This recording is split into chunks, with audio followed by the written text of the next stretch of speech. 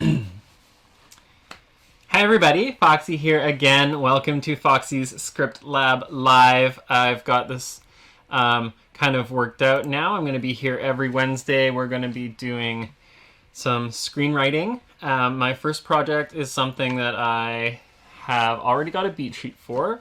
I have done the development work, story development for this project already. It's pretty easy. I am doing an adaptation of Shakespeare's Romeo and Juliet.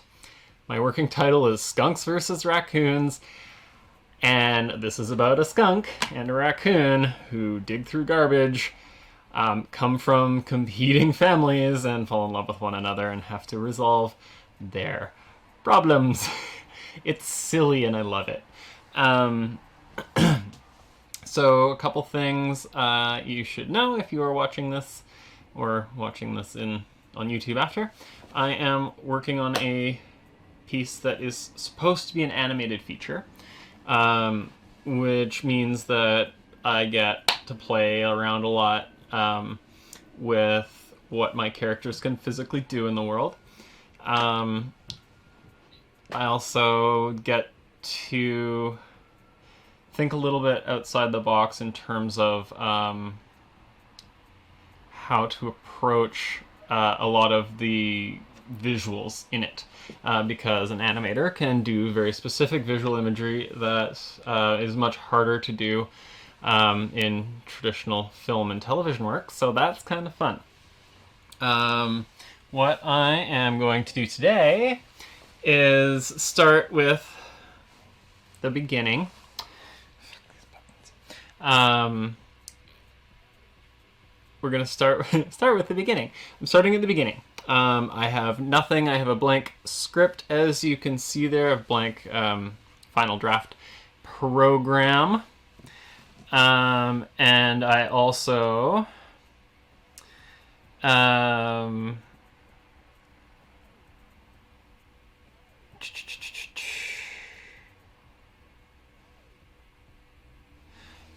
here we go. I am also going to... Right, so this is from the very beginning. I am introducing characters today. So I have two... This is a dual protagonist story. It kind of sucks to just have Romeo and Juliet be about Romeo. It's a dual protagonist story. It stars Samantha the skunk and Renee the raccoon. They're lesbians. Disney will not buy this one. I wish. I don't want to work for Disney, but if they want to hand me a bucket load of cash to have lesbian skunk and raccoon Romeo and Juliet, I would consider it. Okay, so I have Samantha the skunk, Renee the raccoon. I am going to go from my introduction, my setup, and I'm going to take it to about page 10, hopefully today, which is the inciting incident. And since you are here to see me write, let's get writing. I'm working in Final Draft today. Final Draft is, I don't know, version 10. There's a newer one out, but this is kind of like the standard screenwriting software. If you have never seen it before, this is what we are working with in the industry. So I forgot to write fade in on my last script. Oh goodness, Foxy. That's embarrassing. I sent that in. Oh goodness. Exterior. I was thinking of setting this, I was kind of undecided. I was thinking somewhere in California.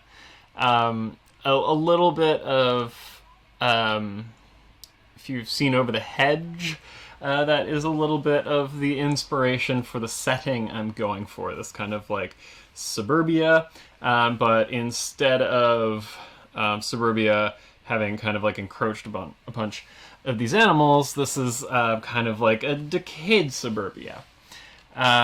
So where these animals kind of establish themselves and they've got a routine and like it's a thing. Humans live here, but these skunks and raccoons own the place, right?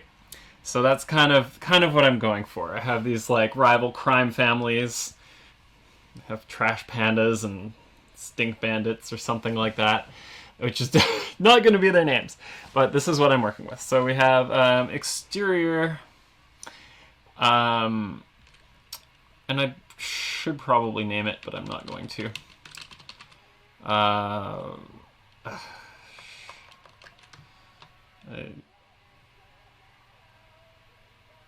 See, I wanted to name it like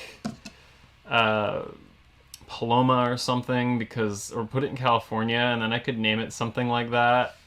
And then I could make the joke about Fair Paloma. And there is, it's in California, so.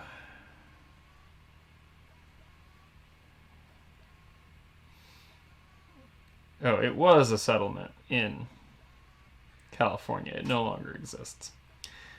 In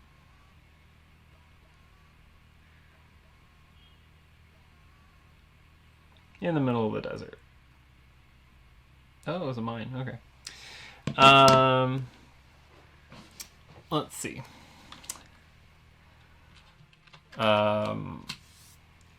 Exterior quiet suburb.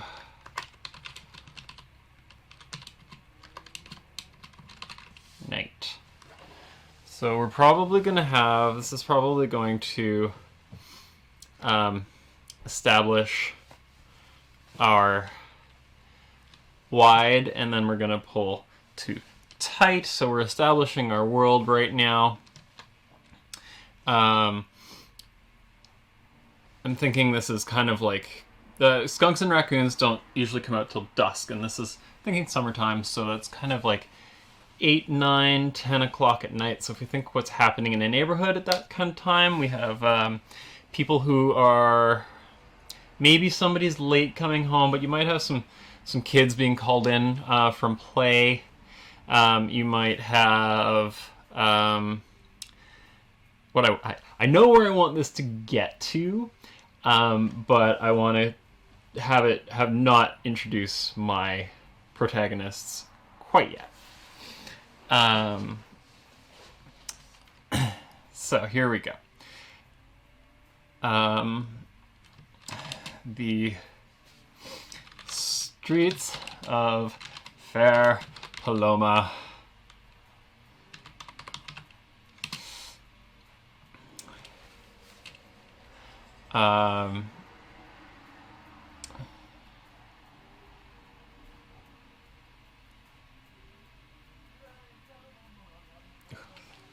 The streets of Fair Paloma are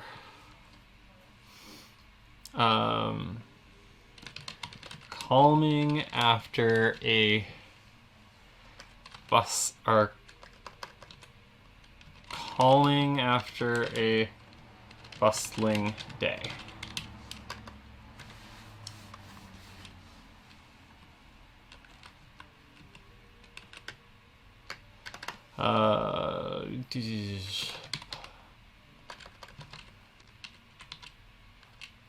Exterior, we're not even going to go suburb, we're just going to say Paloma. And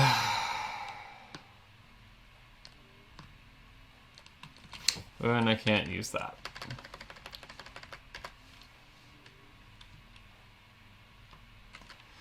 Okay.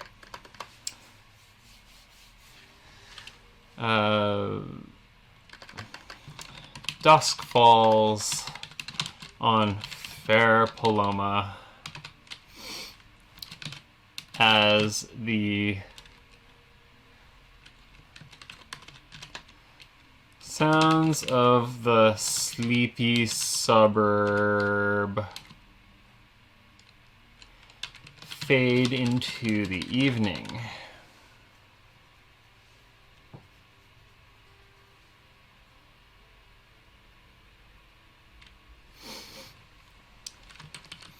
Okay. I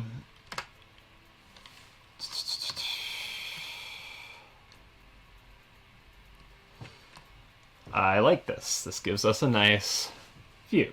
It's dusk. We kind of have an opening shot. We have Fair Paloma. We have the sounds of the sleepy suburb as they fade into the evening.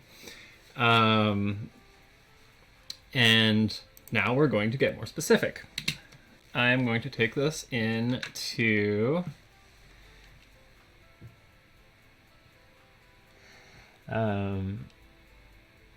is this going to have a Karen character? It might. Are there any Romeo and Juliet interpretations I enjoy? I actually kind of unironically like the Leo DiCaprio one because it's so ridiculous and over the top. It's not really one of my favorite of Shakespeare's plays, but I had this idea for it because I was supposed to do an adaptation in film school, and I ended up adapting something else, and it turned out great, but this was my idea, my first idea, and people like the pitch, so I'm doing it because it's fun. Is there a Karen character? Yeah, kind of. I'm going to get to that. So that's going to come up, actually. My main plot that I'm working with is it's a heist, right? So this is a heist story, and so they're gonna get together and kind of like pull off a heist of something. I think it's a grocery store. I haven't. Let me see.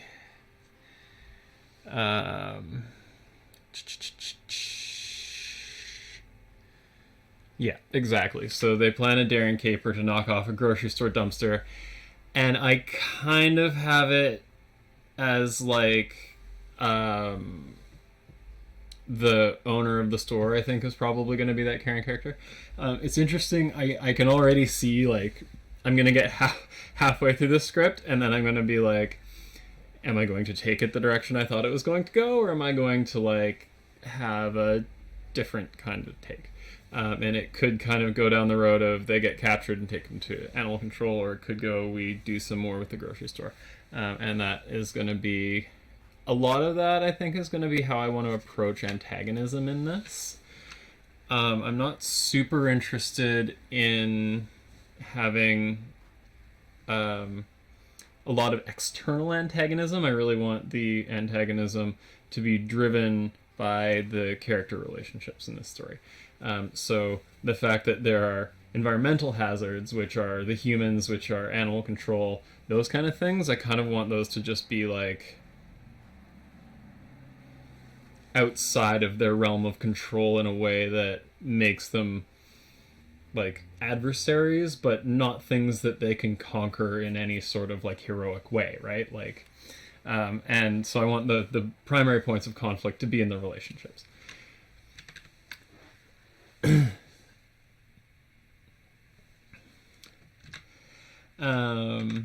MTV Shakespeare, yeah, exactly. Get me my longsword. Okay. Now I'm gonna go, so I have our city, now I'm gonna go and focus on a specific event.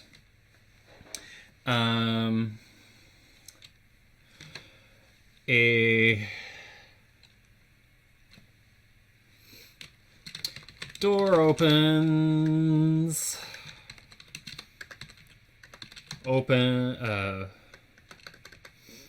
A front door. Sorry. The front door of one of the houses opens. I need that to be sound.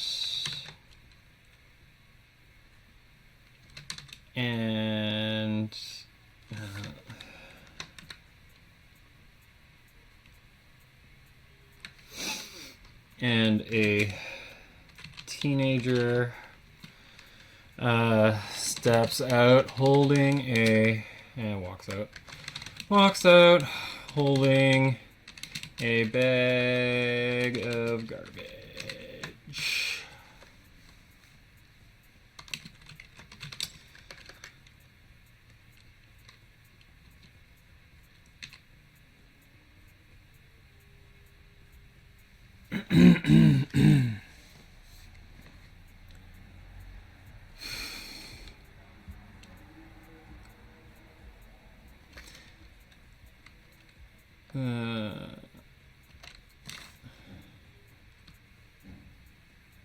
I'm gonna save myself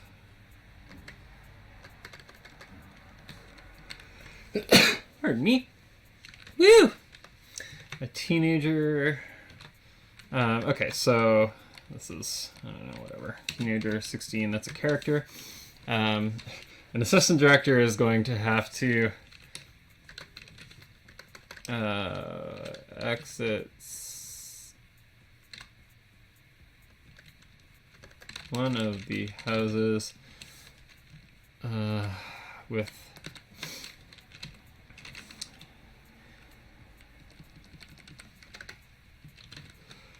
a bag of garbage and takes it to the garbage can at the end of the driveway. So when you're screenwriting, each of these, each sentence, each phrase is a shot. So what I have here is I have dusk falls on Fair Paloma. We have wide. Now a teenager exits one of the houses. This might be like a pan in on that scene, and then our animation would start, and then we'd have, door opens, a teenager exits the house with a bag of garbage and takes it to the garbage can at the end of the driveway.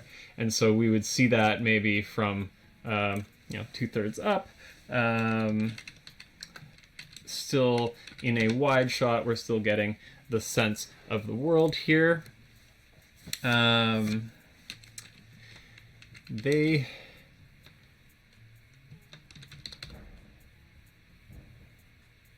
They toss the bag into the can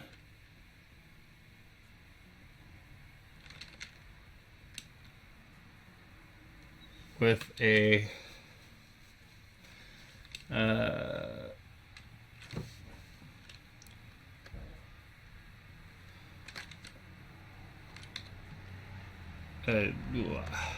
wet thud and slam the lid back on it. Okay.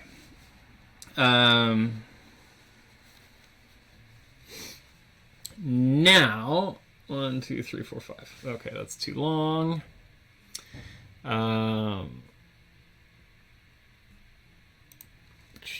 Let's get another phrase here, and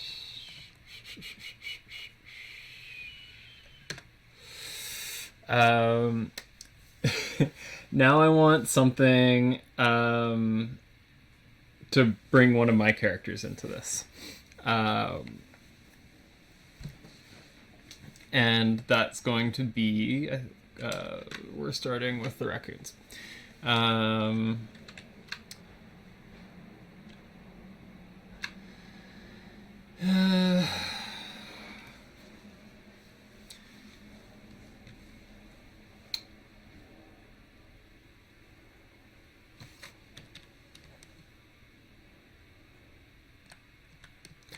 Okay.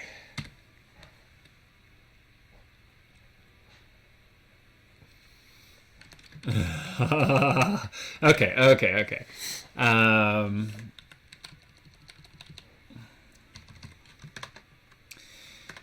Exterior.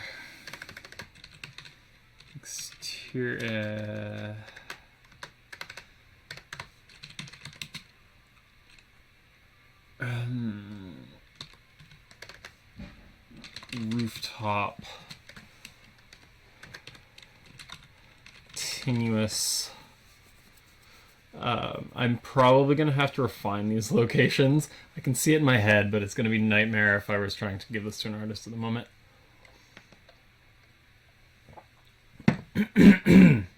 So I'm using continuous here in this slug line because I don't want, or sorry, it's not new time or setting. I just want the reader to be like, okay, this is happening at the same time.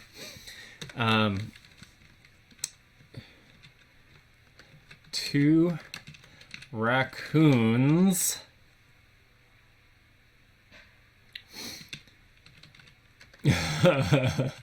with decked out in high-tech spy gear. Told you it was gonna be silly.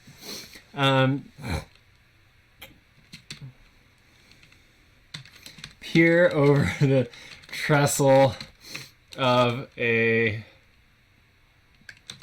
nearby house.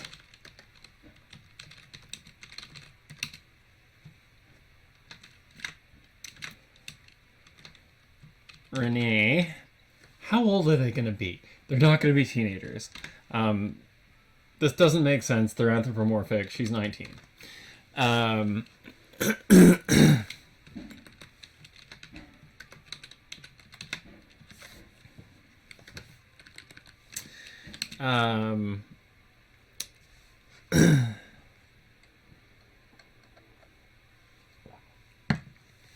Okay.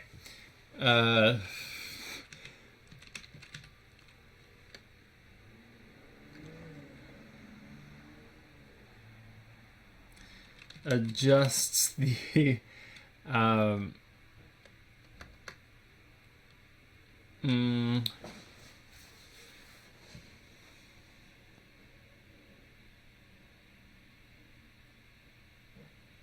Okay, yeah, this is how I want to introduce this character. Pulls a pair of night vision binoculars from her backpack. No, they don't. No, just binoculars. I spelled that wrong. Yep. From her bag.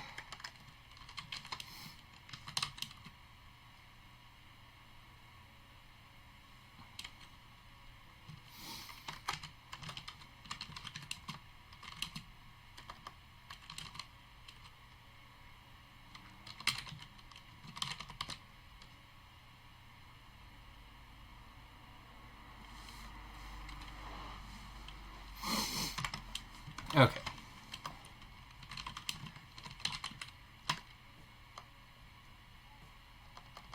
I should have looked up how to write this, but okay, what I want now is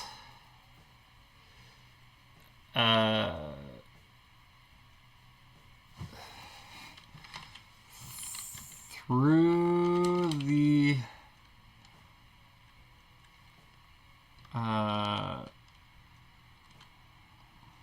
oh right.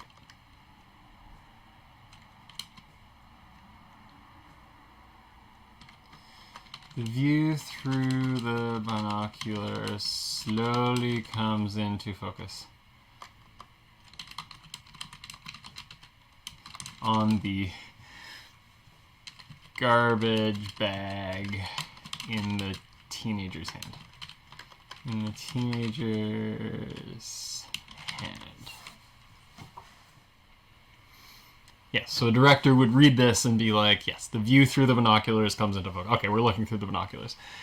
Not supposed to direct from the page, but fuck it. This isn't directing from the page. I'm telling them what I want to see.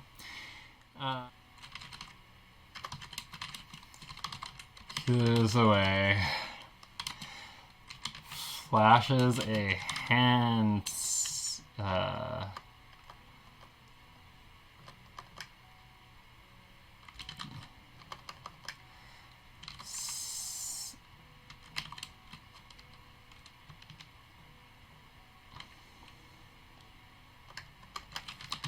Taps on her partner's shoulder.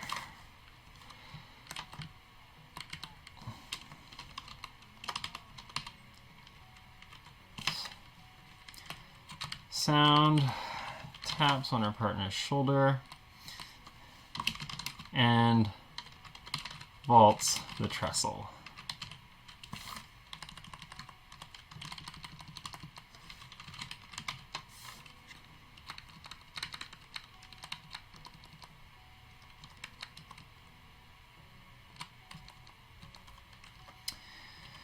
So we're gonna, she watches as the bag is deposited in the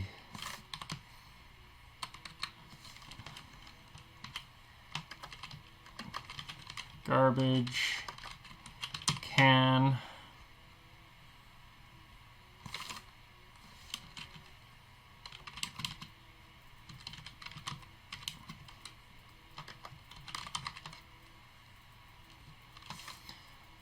Sound effects, clatter is probably what I want.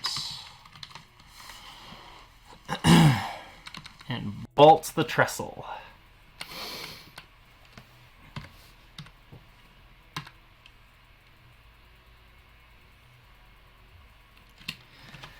She slides down the far side of the sloped roof and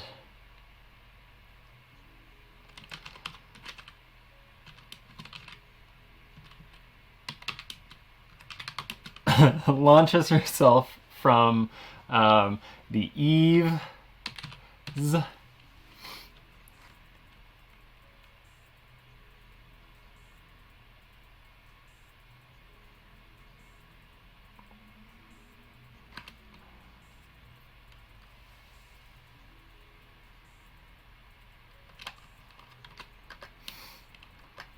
out into space. Okay, now I need to think of what is she going to catch? And this is one of those things that I was talking about where because this is animated and because I really want these characters to have character, I'm starting off with a lot of action and a lot of visuals. And my idea going into this was to introduce these characters through how they move and how they solve problems before you get into dialogue with them. My last film script that I wrote was very dialogue heavy, not in a bad way, but in a way that it was a drama that was kind of like relationship driven, and started off with my characters talk this way, and that's part of how they present themselves. And this is a very different approach.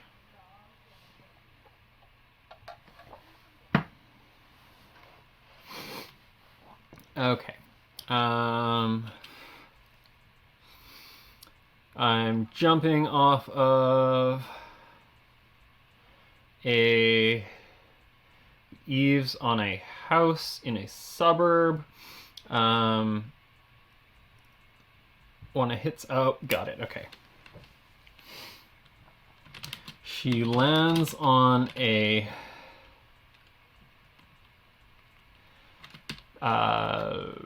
patio, an open patio umbrella, and it spins.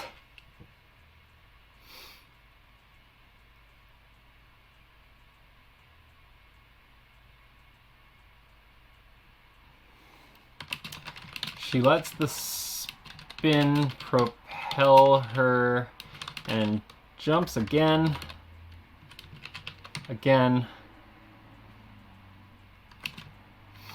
This time she lands on a one of those kids, a plastic.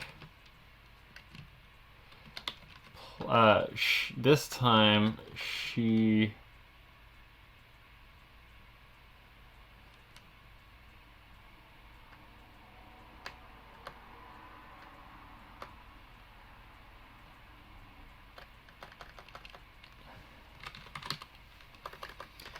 lets the spin propel her next jump towards a plastic play structure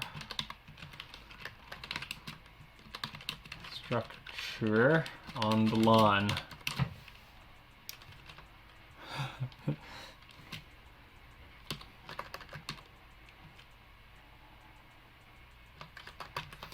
She stretches out her paws and catches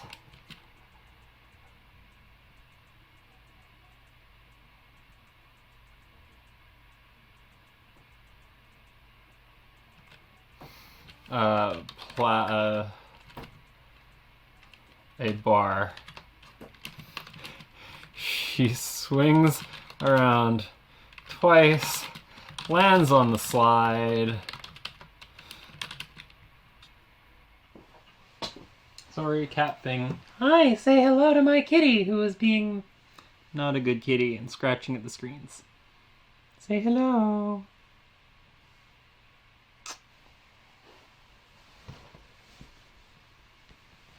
Okay. Back to our regularly scheduled programming. I will feed you when I'm done. So cheeky. Okay, she swings around, lands on the slide.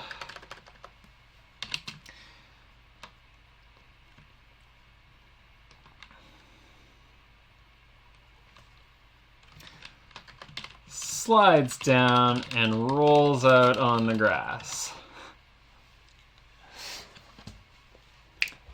That's a fun character introduction.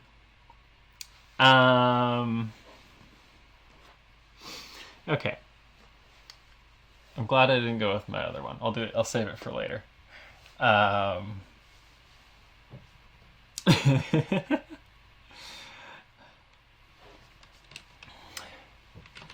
The other raccoon, Rocky. Yeah, I did that. 22.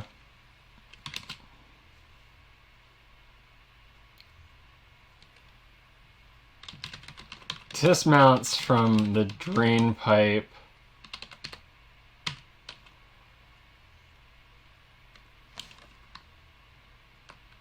Carefully, he climbed down and shakes his head.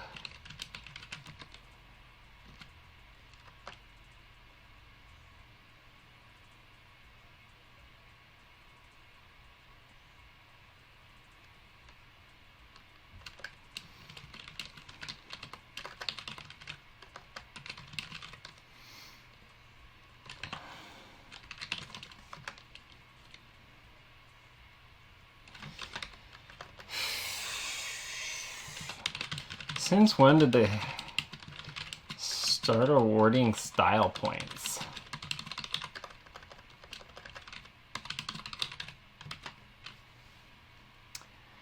Okay, cool.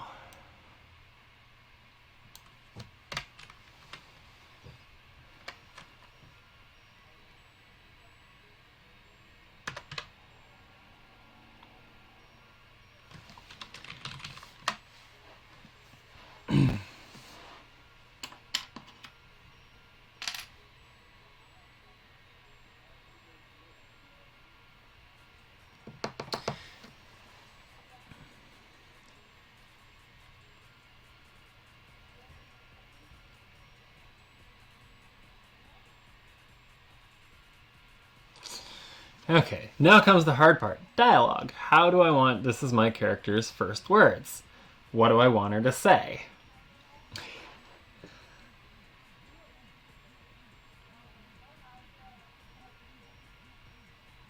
Or do I even want him to speak first?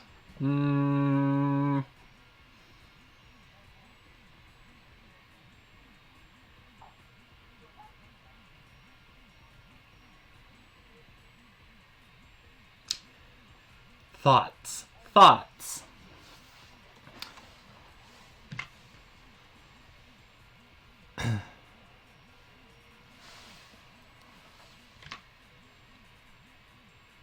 I probably don't.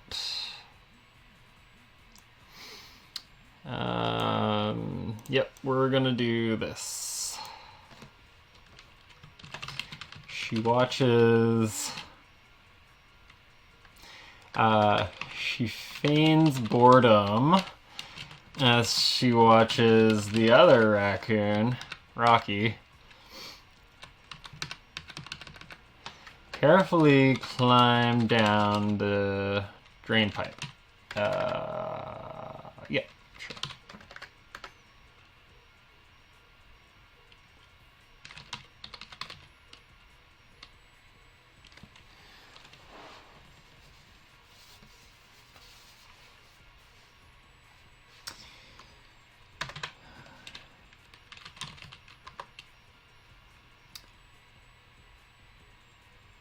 Okay. Now this puts it more on her instead of on him. What is her character about? I always thought of my raccoon as kind of cheeky, and mischievous, of course. You know, they have that whole, there's the whole Sly Cooper thing. If we're going to be taking references from video games, and from, you know, real life, that whole thing. So, and this is her older brother that she's talking to.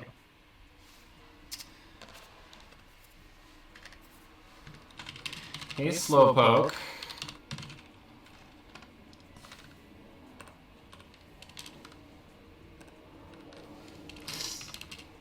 I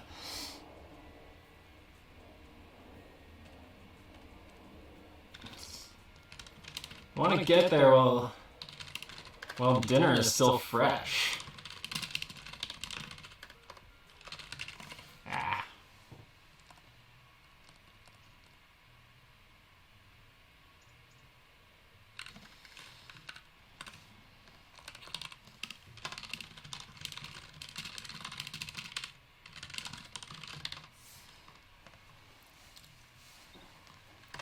There we go. Yeah, it's not so much that. I have my whole... They have their body language worked out. I need them to do something. Say something. Because I am transitioning out of the scene after this. And we need to connect that these are the main characters.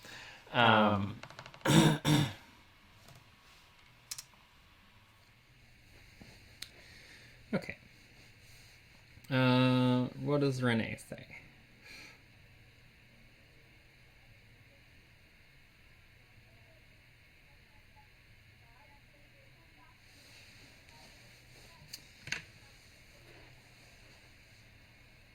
Offhand remark about the bugs getting the scraps first. Yeah, I was kind of thinking of something along those lines. Hey, Slowpoke. I want to get to that trash. Well, it's still fresh. I like that line a lot. That's funny.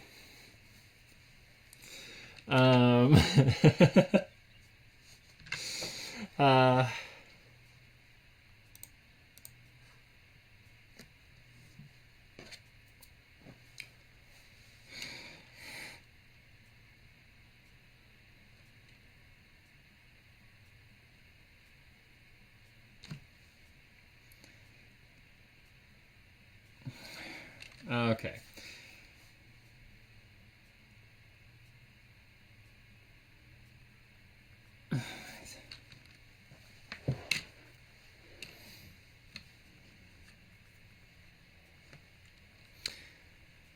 Maybe introduce the element. So Rocky is more cautious. And my thing with him, I think this is a good way to introduce, you know, this isn't a safe thing to do.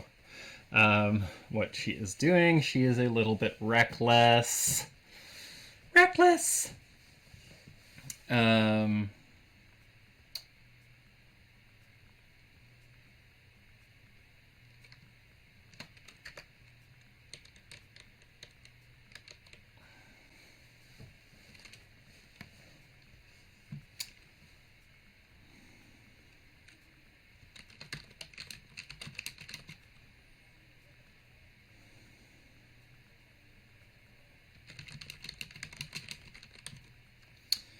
I'm gonna wake up the humans.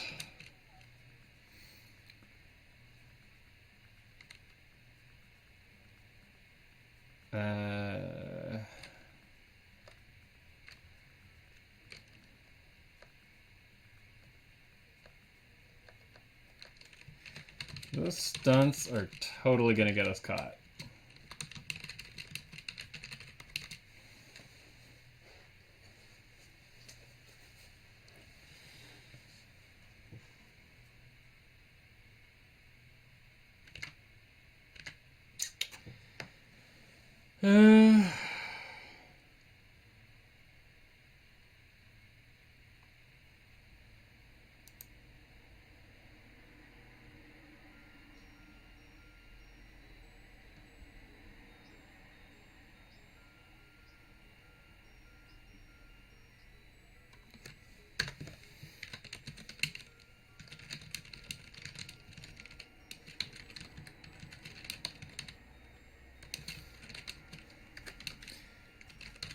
Hide together beneath a hedge.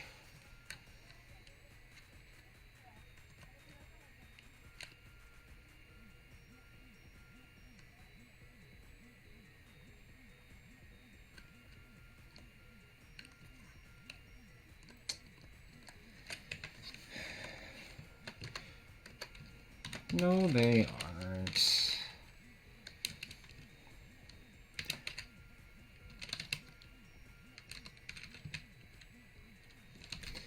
Things with a bit of style, you know?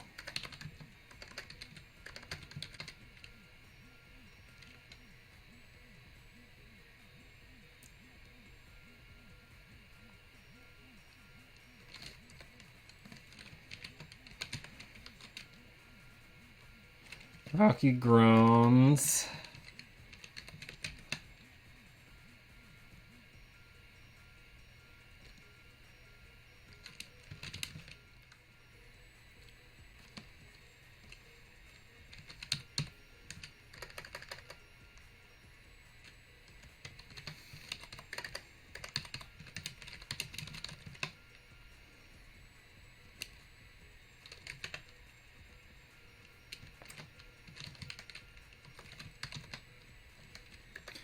Okay, big brother.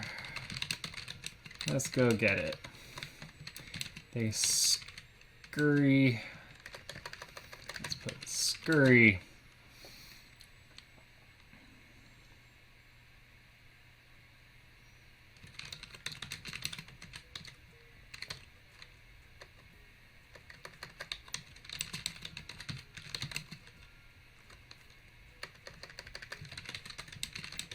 Street towards the garbage can. Dot, dot, dot. Interior. Sewer. Continuous.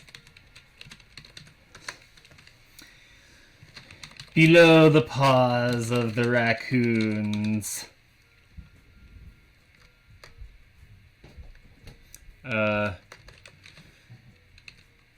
Two skunks. How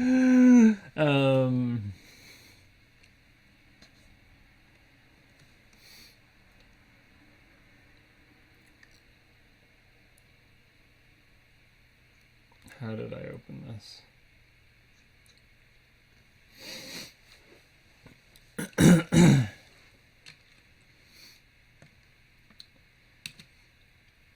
So my skunks, a little more practical. They're nearsighted. They have a very good sense of smell, but they can't see very well. They don't rely so much on the techie stuff the raccoons do. They are more practically minded. And so how is this gonna go?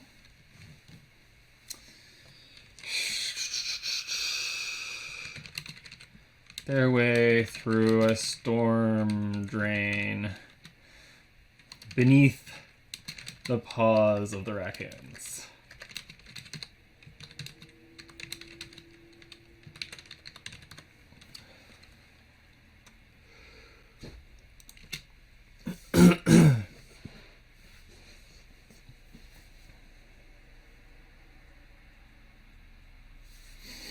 So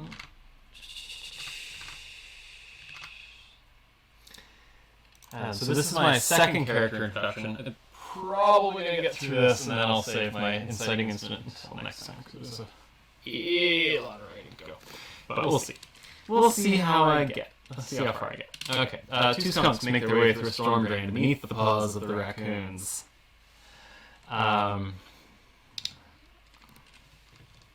Samantha, also 19.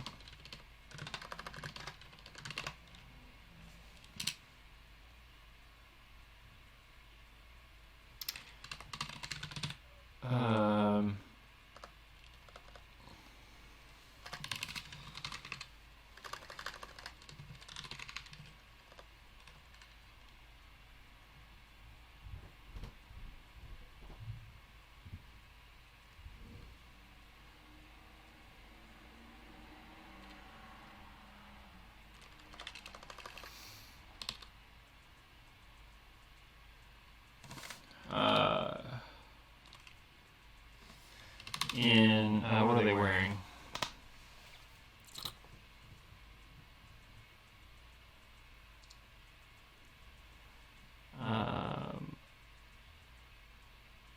I don't want to go super high tech, but I also don't want to go super like low.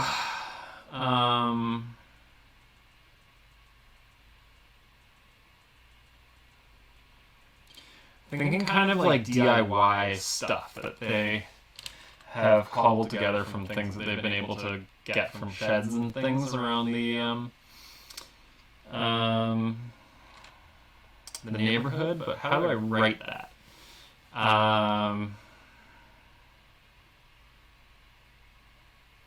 Oh, right.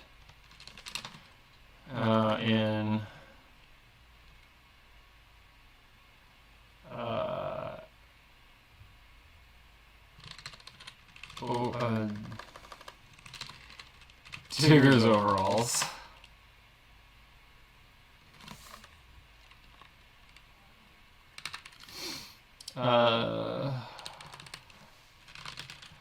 Pauses to sniff the air.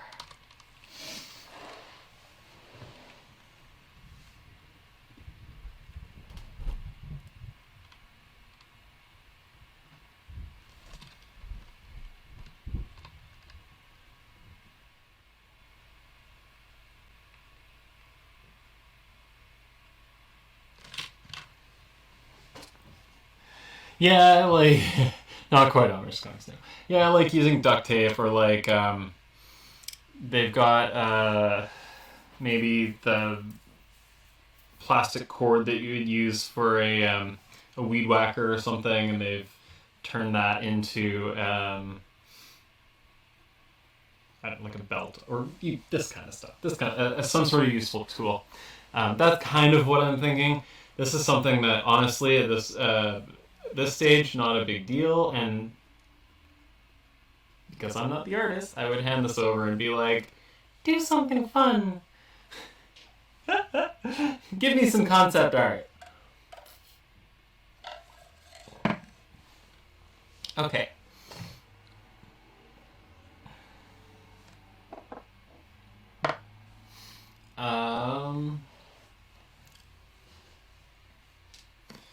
So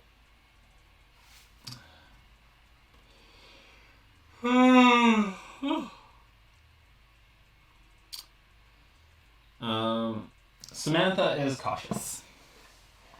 Skunks, by their nature, are cautious. So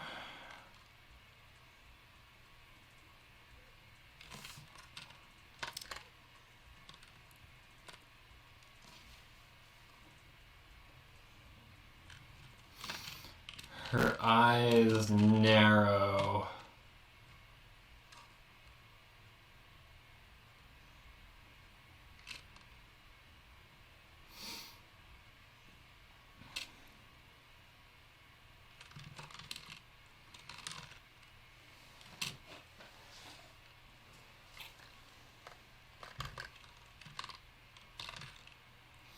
She spots the light from a sewer grate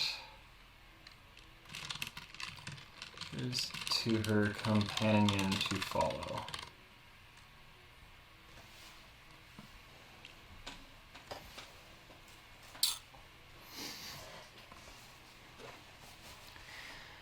Okay.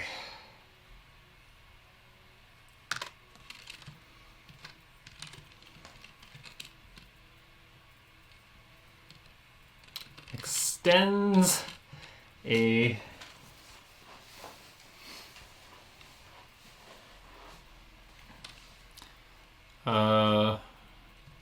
DIY periscope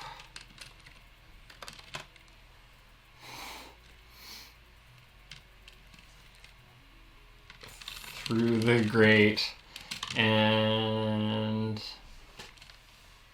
up through the grate. Exterior street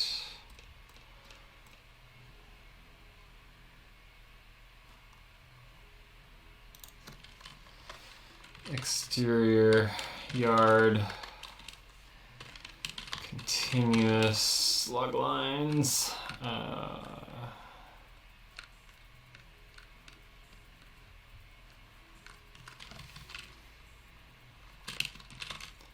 continuous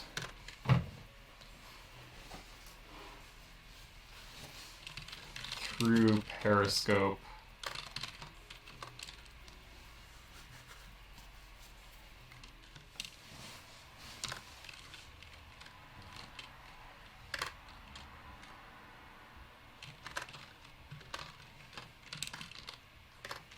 okay, the periscope retreats through the grate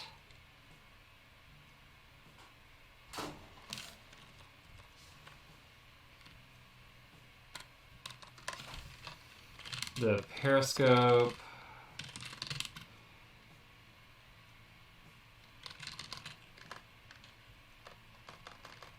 appears through the grate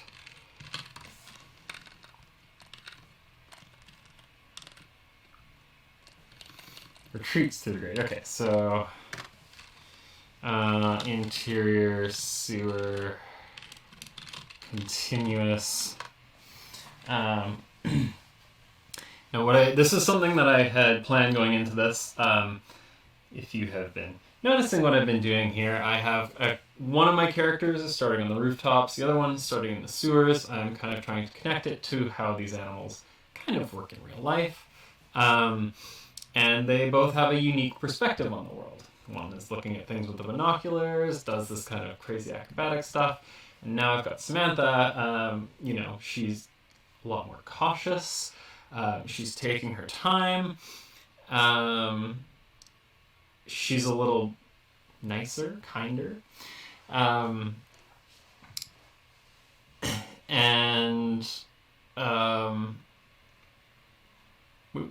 Nope, that's not what I want.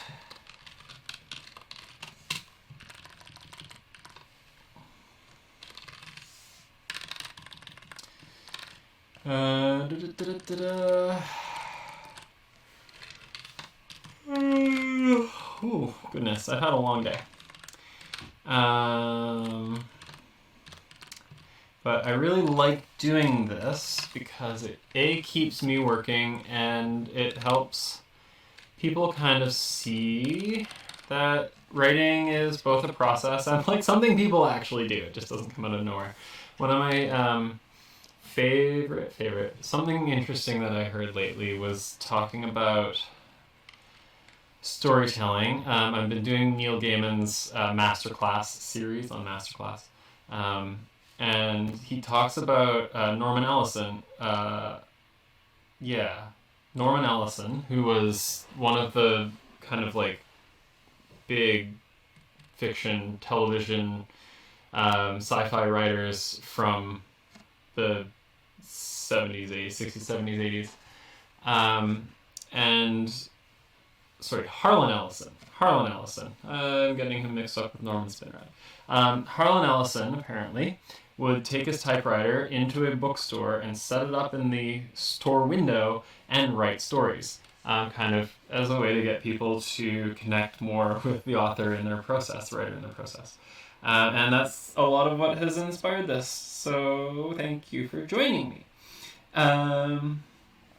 What I have next, so we got this Periscope thing. We're back with Samantha. And they have to, so here, before I had Renee kind of doing this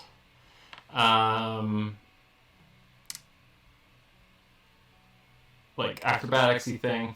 Now I want Samantha to get to, I need to have some sort of obstacle in the sewer here that is going to show us kind of how she solves problems. Instead of this flashy acrobatics-y stuff, it's kind of a more practical, thought-out, team-based solution. You can see how I'm creating a character gap, which I planned, because this is all planned, obviously.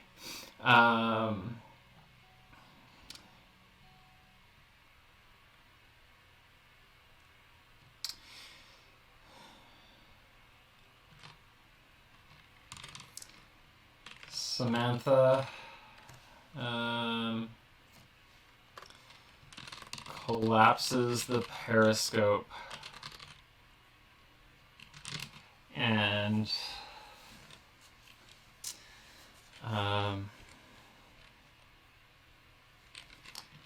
takes her companion. Ooh, do I even have a name for this character yet? Uh-oh. This is very much like I drew these characters straight from Romeo and Juliet, basically. So, I don't know.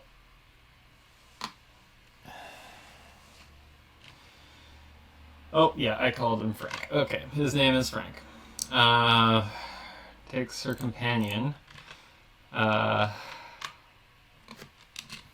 Frank, 24, by the paw. No, I'm also going to make him 19 in the same age. By the paw.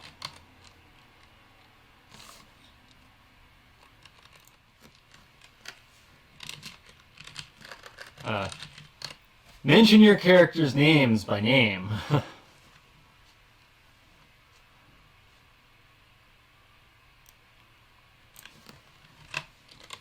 Come on, Rocky.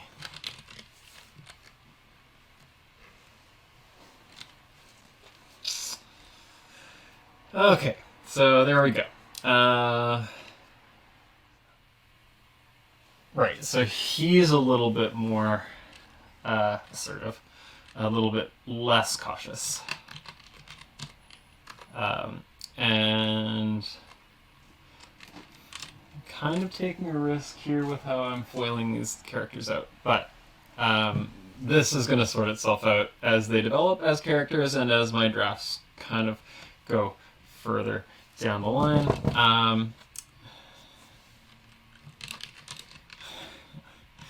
I can taste those veggie scraps already.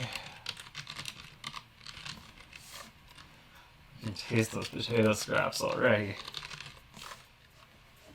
I'm glad you enjoyed it. Yeah, it's fun. I really, it's kind of a unique writing medium because unlike writing like short fiction or a novel, you have to write in a way that is very restricted, which kind of is, it's like one of those, it's one of those sandbox problems. It's like once you start taking away options, people start to get really creative with the options they have left. And I like that about this. How does she respond? She is tempering this expectation, maybe.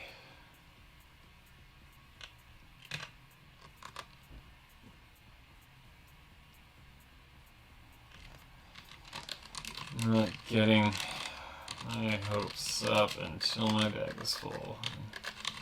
Till our bags are full.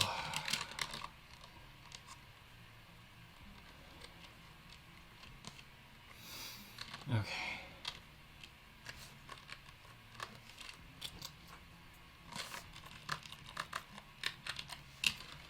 And leads him down the tunnel.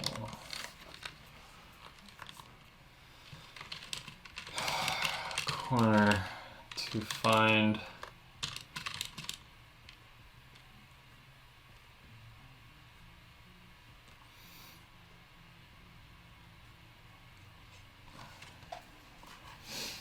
okay, what kind of thing might they find in a storm drain? I was thinking a blockage, but that's not exactly how I want to go with this. I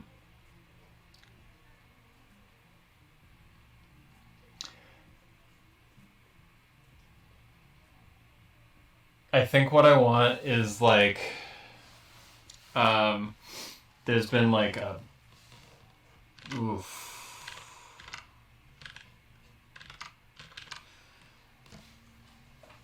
How do I want to approach this part? Because yeah, my plan for all of this was to have this character go through this tunnel and kind of have a puzzle to solve. And I am trying to figure out what that puzzle is going to be.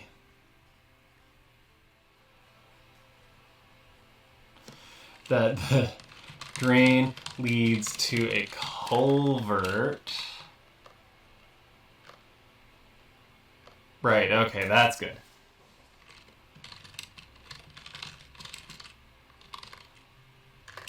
He rushes towards the tunnel mouth.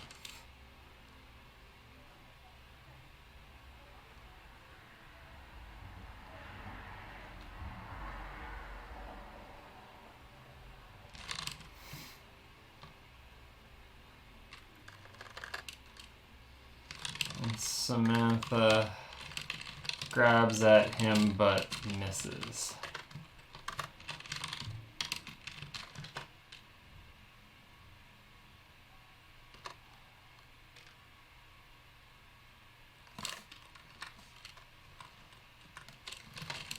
Dashes after him.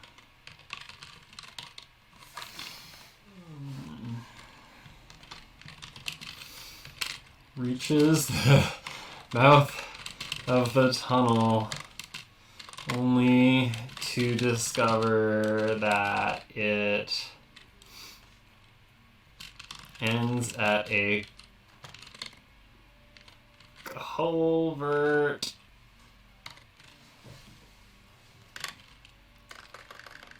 A dry culvert.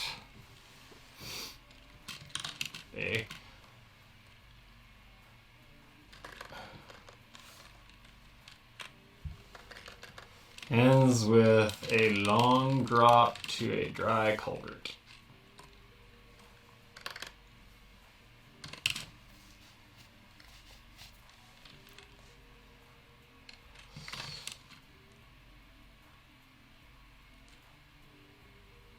He tries to stop himself, but loses his balance, but his momentum carries him past the point of balance. Samantha catches the strap of his overalls and pulls him away from the edge. Cool.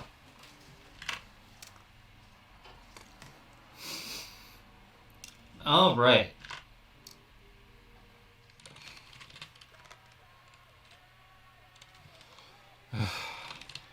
This is where your stomach gets you.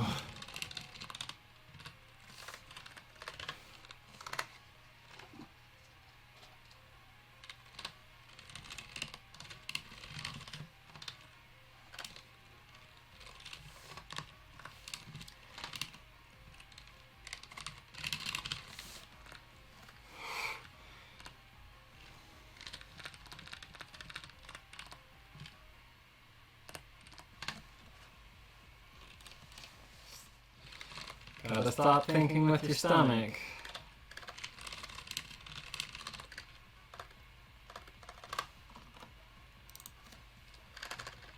Oh, for the love of... Oh, no, my keyboard died. Because it's wireless and it ran out of juice. So... I'm going to call it there. I'm actually going to walk over to my laptop and finish this phrase so that you can... I can have something to close on that's a finished sentence. Give me 1 second.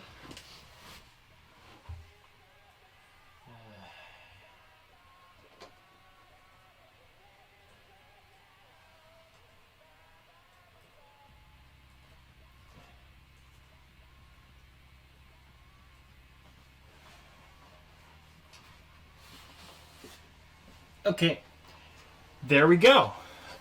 So that is, what, 2.5 pages? Yeah, 2.5 pages. That is my character introductions for Renee the Raccoon and Samantha the Skunk for Skunks versus Raccoons. My animated Romeo and Juliet adaptation. Yeah, I'm not going to get all the way to Inciting Incident today. It's just a lot of setup. I will do that next week when I have a powered keyboard.